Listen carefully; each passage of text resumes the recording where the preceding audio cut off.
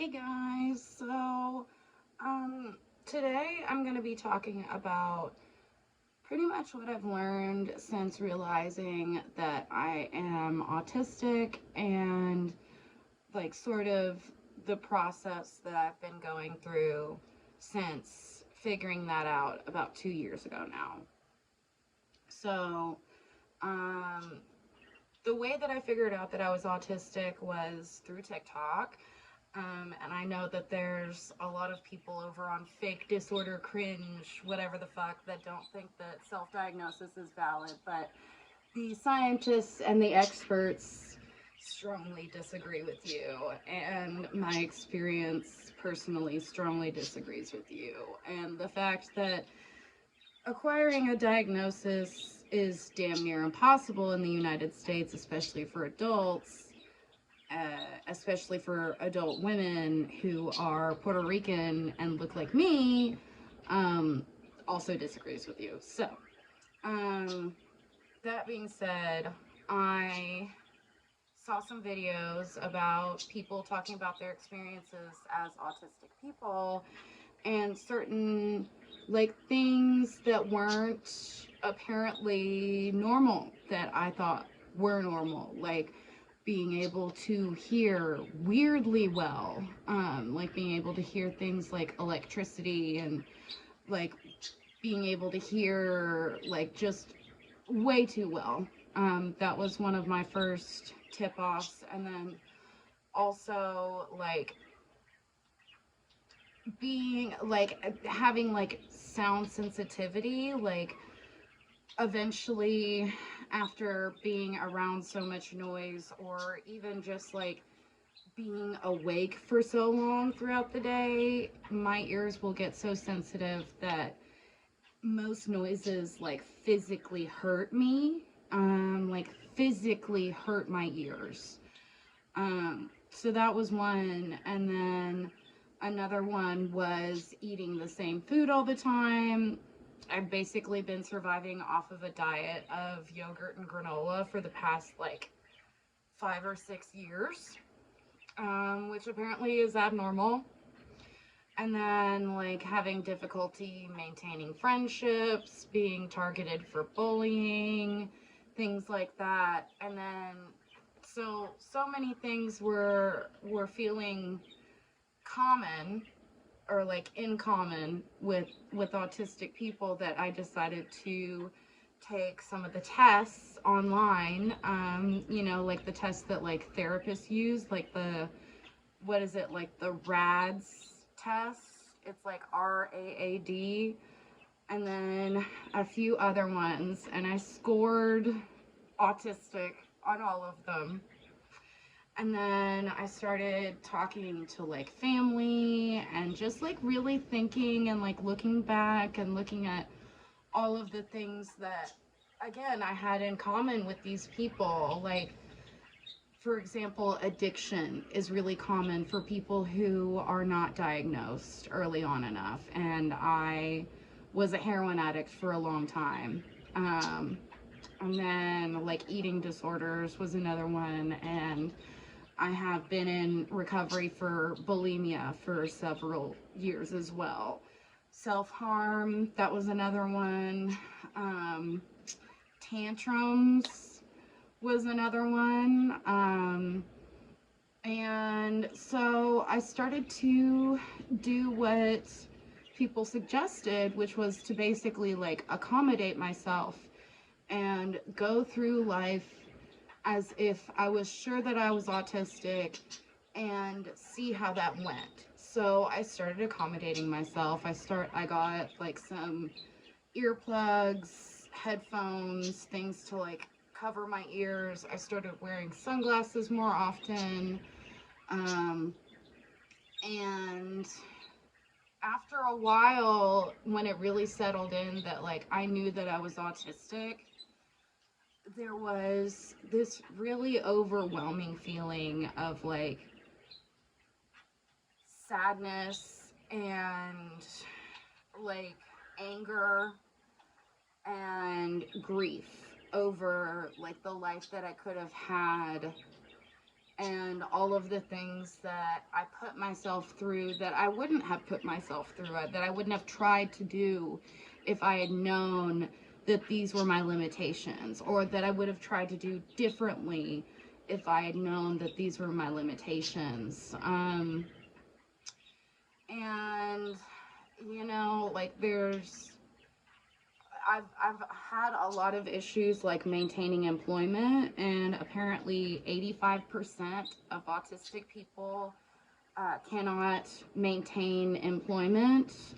We get wrongfully terminated like all the time, and that was something that I've experienced a lot. I mean, I've been fired for not being a good fit like so many times. At least 3 times I was told that I was not a good fit. And then some other times the reasons were fabricated, either by the employer or by someone else, and the employer believed them, or there was like a miscommunication where, you know, like you could have easily explained that away with me being autistic, and I may have been able to keep those jobs if I had known that I was autistic and was able to explain that to them. So, you know, there's a lot of things that probably could have been avoided, including like the heroin addiction, the self-harm, the eating disorder, like realizing how far in life I could have been if I were properly like treated and properly like prepared for life, and like taught the things that I was never taught, that I did need teaching, that most people don't need teaching. You know, I've been at a significant disadvantage my entire life. I've been playing life on hard mode, and I just assumed that everybody else was playing life on hard mode and was just like way better at it than I was. Come to find out, they're playing it on easy mode. And they're not any better at life than I am. It's just, it's a lot harder for me. So there was a lot of that. And then I've experienced a lot of like skill regression since I found out that I was autistic. I find it very difficult to like go out by myself. I went through and am still going through a period of time where basically I barely leave the house, and I'm more than happy to like never leave the house. Like if I could have everything delivered to me and never leave, I would just love that. That would be great. And explaining that to my family and like my loved ones and stuff and my friends has been really difficult, because first you have to get them to believe that you're autistic, even without like an official diagnosis, which like for my family and for my partner was pretty easy, but for friends, like you never know, you know what I mean? Like for friends that I had before I found out that I was autistic, it's been really hard to like explain to them like, oh, the reason that I'm not hanging out anymore is because I hate going out, and I've always hated going out, and I just did it anyway because I thought that that was what I had to do. And then I found out that I was autistic, and I stopped doing the things that made me really miserable, and going out was one of them. And it's hard to explain that to people in a way that like they don't take personally. So there's that, and then like finding out a lot of information about autism and autistic people, like, you know, 85% of us can't keep a job, and like what that means for my life. Like my future is very uncertain still, because I don't have like a career or like any real way of providing for myself. And right now, like, I have been relying on my partner to, like, make sure that everything is paid for and taken care of, because that's what he's been doing this whole time. It's just now we know why. So, um, I've been wanting to get back to work for a while, but I'm so afraid to go back to work because I've been wrongfully terminated like 90% of my jobs. I've had 30 jobs within a decade, and some of the years within that decade I did not work. So probably closer to like 30 jobs in like 8 years. So, that's a lot of things to go through. That's a lot of traumatic experiences to deal with, being wrongfully terminated from like most of those jobs. And come to find out, like, being autistic predisposes you to PTSD and things that are like moderately distressing to normal people are like genuinely traumatizing to us. So I do have like a lot of legitimate actual trauma around work. So I'm dealing with that and like trying to get over it, but it's like, how far can you push yourself? How far should you push yourself, knowing that you probably shouldn't be working in the first place, or at least working in a typical work environment? You know what I mean? So, um, that's still a problem for me. And I don't know what to do next. I don't know how to process the trauma of being wrongfully terminated, and I don't know how to go into a new working environment knowing that I'm more than likely at some point going to be wrongfully terminated. Um, like, you're going into a situation where you know that you're going to get screwed over, but you have to try anyway because that's what everyone around you expects you to do. And that's really hard. And like, there's the people in my life, like, they're like, oh, you're so different, but that's great, it makes you special, and blah blah blah, whatever. But it's like, but I can't survive. Like, if we're being really really real about things, like, I cannot survive on my own.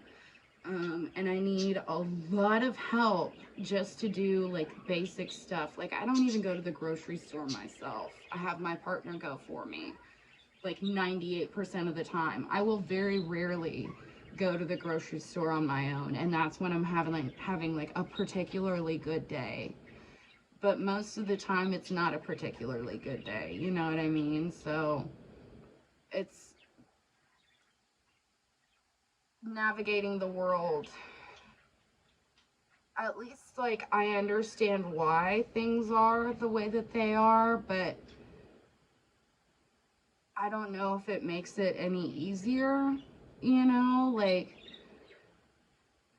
in a way, I don't really blame myself that much anymore, and at least, like, I know that it's not necessarily something that I'm doing wrong. It's just like people like me tend to just get screwed over a lot. Like, we are significantly more likely to be targets for abuse, for sexual assault, for wrongful termination, for bullying. And then, again, like, we are more traumatized by these things than regular people. So, like, what do you do with that information? It's not like the world around me has changed. It's not like anything's gotten much easier. I mean, I do have more support from the people in my life, and I feel like my family supports me a lot more without asking too many questions. Like, I do, my mom pays for a lot of stuff for me, and my partner also pays for a lot of stuff for me, but then you end up feeling like a burden. So it's like you can't win. Even if you are getting help, it's you feel like you don't deserve it, or like you're too much. It's, I don't know. It's just been really really rough, if I'm being honest, and trying to figure out a way to navigate the rest of my life, knowing that I have this disability that makes things 1,000 times harder. It explains to me why most of us don't make it past the age of 39. Why the average life expectancy for an autistic person is 39 years old, because we can't keep a job. We can't really navigate social situations. A lot of us can barely function enough to go to a grocery store. So, like, what do you expect? And it's just been, most of the time, like, if I don't think about it, I'm pretty okay. But then if I really think about it and I really start talking about it, I get very unokay very quickly. And it's just so hard. It is so hard to do anything. And I can't even get an official diagnosis because my insurance won't cover it. And I personally don't think that it's wise, especially if I can't even get disability for it. Like, if I'm not going to get disability for being autistic, then, like, what's the point of getting an official diagnosis? Because, like, otherwise you can't really get any medication for it other than an antidepressant, which I'm already on. So, like, what's the point? Like, I mean, and there are a lot of reasons not to get diagnosed, because, if you want to move to other countries, certain countries won't even let you move there if you have a disability. There's concerns about, like, eugenics and stuff like that coming back to the United States right now. Lists being made of people who have autism diagnoses. You're often not taken seriously by doctors if you have an autism diagnosis, and I already have a problem with doctors, like, not taking me seriously, and I just have, like, an official diagnosis of, like, depression and anxiety, and that's enough to not be taken seriously. So I don't want to compound that problem. So yeah, I mean, there's lots of reasons to not get diagnosed, to not get an official on paper diagnosis. And it's not like it would make anything any easier for me. So what's the point? So that's why I don't really, like, pursue anything like that. But that's where I'm at right now. That's as far as we've gotten in the past, like, 2 years of recovering from the complete burnout that I was in after pushing myself to be normal and living life on hard mode for forever, and not even knowing that nobody else is living life on hard mode. So yeah, we've not made a ton of progress, but I don't know. I guess it's okay. It's not like I have a choice.